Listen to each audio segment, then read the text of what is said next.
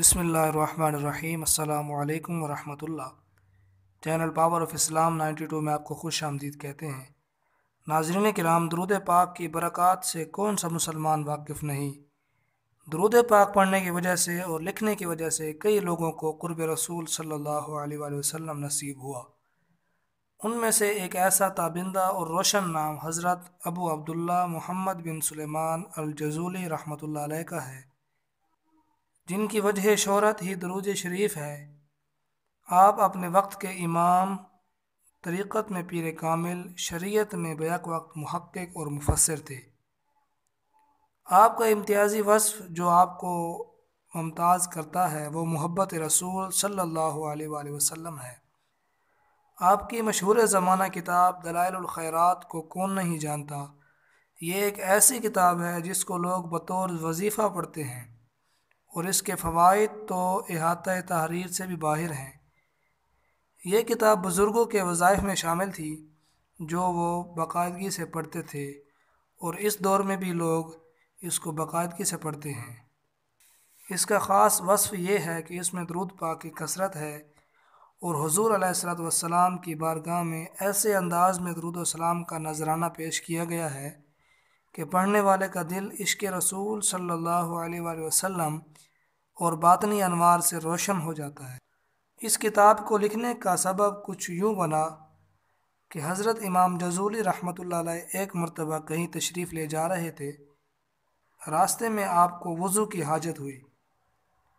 کنواں مل تو گیا لیکن اس کا پانی بہت نیچے تھا اور نکالنے کے لیے ڈول رسی بھی نہیں تھی۔ اسی سوچ میں تھے کہ قریب ہی مکان کی چھت پر ایک بچی نے آواز دی۔ آپ اس کی طرف متوجہ ہوئے تو اس نے کہا کہ آپ ہی محمد بن سلیمان جزولی ہیں جن کی شہرت کے چرچے ہیں، لیکن ایک کنویں سے پانی نہیں لے سکتے۔ یہ کہہ کر اس لڑکی نے پانی میں تھوک دیا۔ جیسے ہی اس بچی نے تھوکا، پانی فوراً اوپر آنا شروع ہو گیا۔ آپ نے وضو کیا اور وضو کے بعد اس بچی سے اللہ کا واسطہ دے کر پوچھا کہ تجھے یہ مقام کس عمل سے حاصل ہوا؟ اس بچی نے کہا کہ میں درود شریف کی کثرت کرتی ہوں، جس کی وجہ سے یہ سارا کمال مجھے حاصل ہوا ہے۔ حضرت امام جزولی رحمۃ اللہ علیہ نے اسی جگہ یہ عہد کیا کہ میں بھی درود پاک پر ایک کتاب لکھوں گا۔ چنانچہ آپ نے دلائل الخیرات تصنیف فرمائی، اور یہ کتاب بارگاہ رسالت صلی اللہ علیہ وسلم میں بے حد مقبول ہوئی، اور پوری دنیا میں اس کے چرچے ہیں۔ حضرت امام جزولی رحمۃ اللہ علیہ کے علم و فضل، تقوی و کمال، شہرت و عزت کو دیکھ کر کچھ لوگ آپ سے حسد کرنے لگے اور آپ کو شہید کرنے کے منصوبے بنانے لگے۔ بالآخر آپ کو زہر دے کر شہید کیا گیا۔ آپ کی روح مبارک اس وقت جدا ہوئی جب آپ فجر کی نماز ادا فرما رہے تھے، اور عین سجدہ کی حالت میں آپ اللہ تعالیٰ سے جا ملے۔ اسی روز سیوس میں آپ کو آپ کی بنائی ہوئی مسجد کے صحن میں سپرد خاک کیا گیا۔ آپ کے وصال کے 77 سال بعد سلطان احمد العارج نے آپ کے جسم مبارک کو سیوس سے لے جا کر مراکش کے قبرستان ریاض العروس میں دفن کر دیا۔ جب 77 سال بعد آپ کے جسم مبارک کو نکالا گیا تو جسم مبارک بالکل صحیح سلامت اور تر و تازہ تھا۔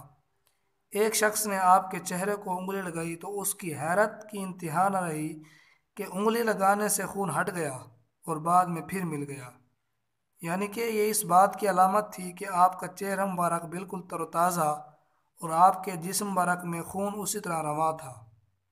اس کے علاوہ آپ کی قبر مبارک سے کستوری کی خوشبو آتی تھی، تو لوگوں نے آپ کی قبر مبارک کی مٹی کو گھروں میں لے جانا شروع کر دیا، تو بعد میں آپ کی قبر مبارک کو پختہ کر دیا گیا۔ مراکش میں آپ کا مزار مبارک مرجع خلائق ہے۔ اللہ تعالی ہمیں بزرگان دین کی محبت عطا فرمائے۔